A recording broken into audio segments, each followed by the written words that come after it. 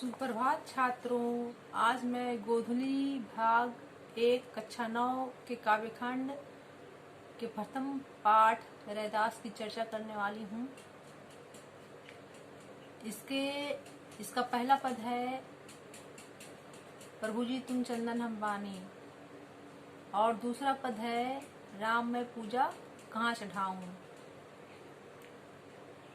तो पहले पद में कवि अपने आराध्य को याद करते हुए उनसे अपनी तुलना करता है। उसका प्रभु बाहर किसी मंदिर मस्जिद में नहीं विराजता, बल्कि उसके अंतस में सदा विद्यमान रहता है। यही नहीं, वह हर हाल में हर काल में उससे श्रेष्ठ और सर्वगुण संपन्न है। इसलिए कवि को उन जैसा बनने की प्रेरणा मिलती है। दूसरा पद राम मैं पूजा कहाँ चढ़ाऊं में कवि निर्गुण भक्ति की सार्थकता सिद्ध करते हुए सगुण भक्ति और क्रम कांड की निरर्थकता बताता है। कवि की नजर में ईश्वर की पूजा अर्चना के लिए चढ़ाए जाने वाले फल फूल जल अनूठे नहीं हैं, वे झूठे और गंदले हैं। इसलिए कवि पूजा अर्चना के क्रमकांड में ना पड़कर मन ही मन ईश्वर की पूजा करता है और अपने भीतर ही ईश्वर के सहज स्वरूप की छवि बनाता है। यहाँ पर हम बारी बारी से रैदास के दोनों पद देखेंगे। पहला पद है अब कैसे छूटे राम नाम रटे लागी, प्रभु जी तुम चंदन हम पानी, जाकी अंग अंग बास समानी, प्रभु जी तुम घन वन हम मोरा, जैसे चितवत चंद चकोरा, प्रभु जी तुम दीपक हम बाती, जाकी ज्योति बरे दिन राती, प्रभु जी तुम मोती हम धागा, जैसे सोनहि मिलत सुहागा, प्रभु जी तुम स्वामी हम दासा, ऐसी भक्ति करे रैदासा। इसमें कवि रैदास कहते हैं कि हे ईश्वर, अब किस प्रकार जो है राम नाम छूट पाएगा, क्योंकि अगर आप चंदन हैं तो हम पानी हैं। दोनों एक दूसरे के बिना अधूरे हैं। प्रभु जी तुम घन वन हम मोरा, अगर आप घने जंगल हैं तो मैं मोर हूँ। मोर घने जंगल में रहता है, घने जंगल में नाचता है। जैसे चितवत चंद चकोरा, प्रभु जी तुम दीपक हम बाती, अगर आप दीपक हैं तो मैं बाती हूँ। बाती रुई का बाती जो दीपक में रहता है और जलता है। तो दोनों एक दूसरे के बिना अधूरे हैं।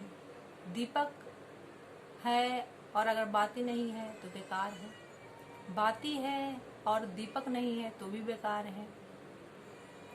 प्रभु जी तुम मोती हम धागा, अगर आप मोती हैं तो मैं धागा हूँ। दोनों का समान मूल्य है। धागे में ही मोती को पिरोया जाता है। प्रभु जी तुम स्वामी हम दासा, अगर आप स्वामी हैं तो मैं आपका दास हूँ। दास स्वामी के बिना अपूर्ण है और स्वामी दास के बिना अपूर्ण है। और ऐसी ही भक्ति रैदास करते हैं। इसका अर्थ है कि उनके ईश्वर उनके पूरक हैं।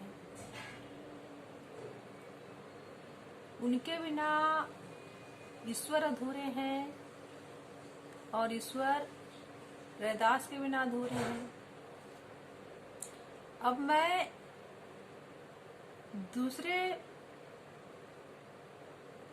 पद राम मैं पूजा कहाँ चढ़ाऊं का वर्णन करती हूँ। राम मैं पूजा कहाँ चढ़ाऊं, फल अरु मूल अनूप न पाऊं। राम मैं पूजा कहाँ चढ़ाऊं, फल अरु मूल अनूप न पाऊं। थन हर दूध जो बछरु जुठारी, पुहुप भबर जल मीन बिगारी।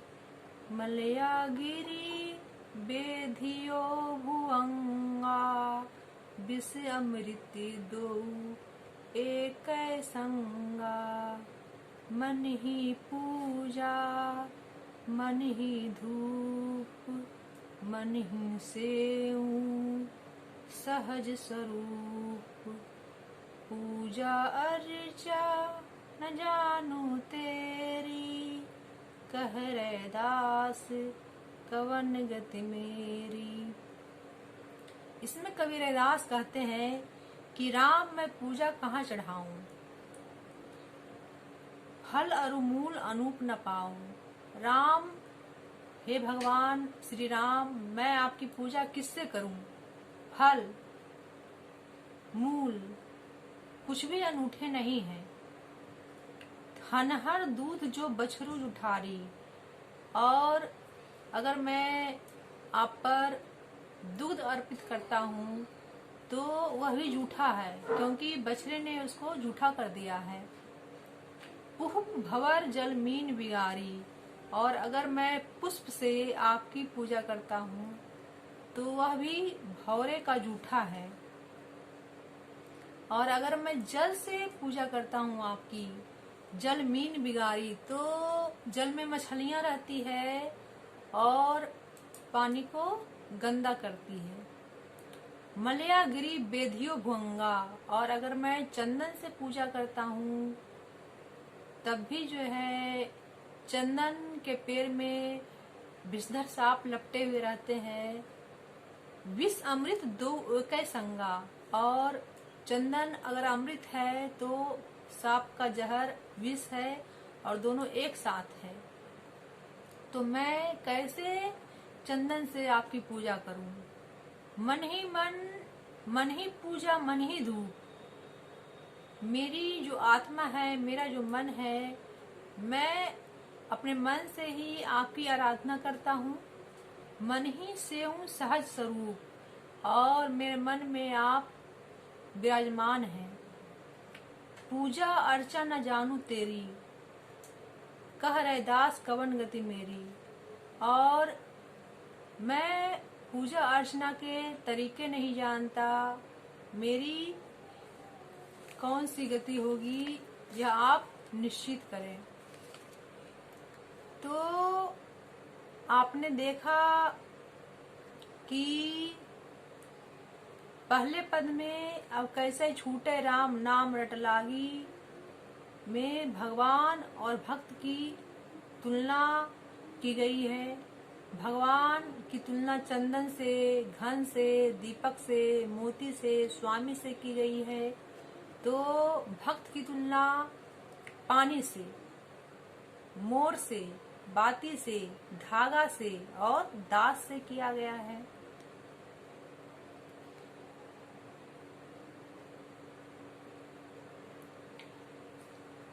उसी दूसरे पद में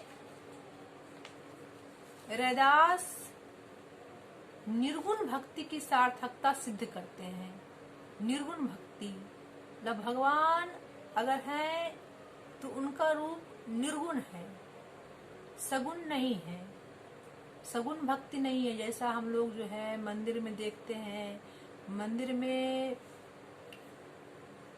मूर्ति स्थापित करते हैं, फिर पूजा करते हैं, फूल माला चढ़ाते हैं, चंदन का टीका लगाते हैं। तो यह सगुण भक्ति की निंदा रैदास करते हैं।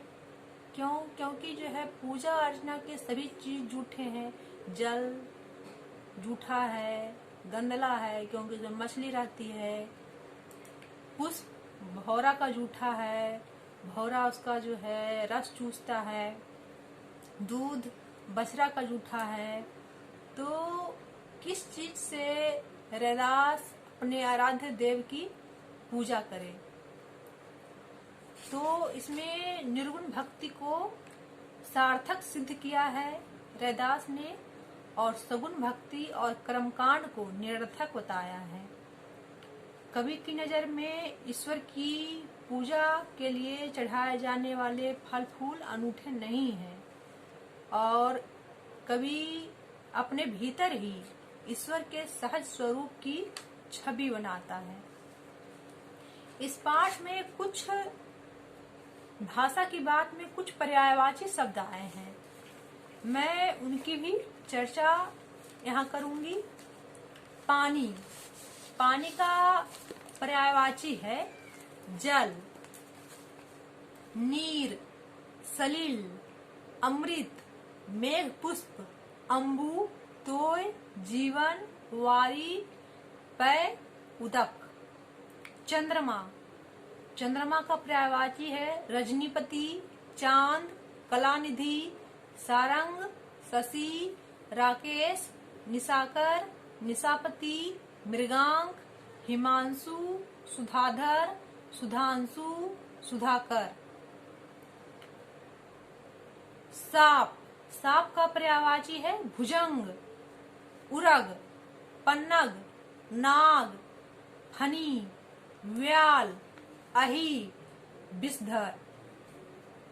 मीन, मीन का पर्यायवाची है सफरी, जलजीवन, मीन, मत्स्य, झस, मछली।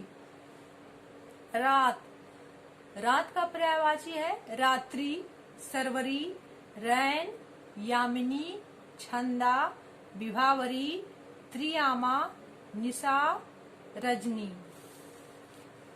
इस तरह हमने कवि रैदास को देखा। उनका जन्म बनारस में हुआ था।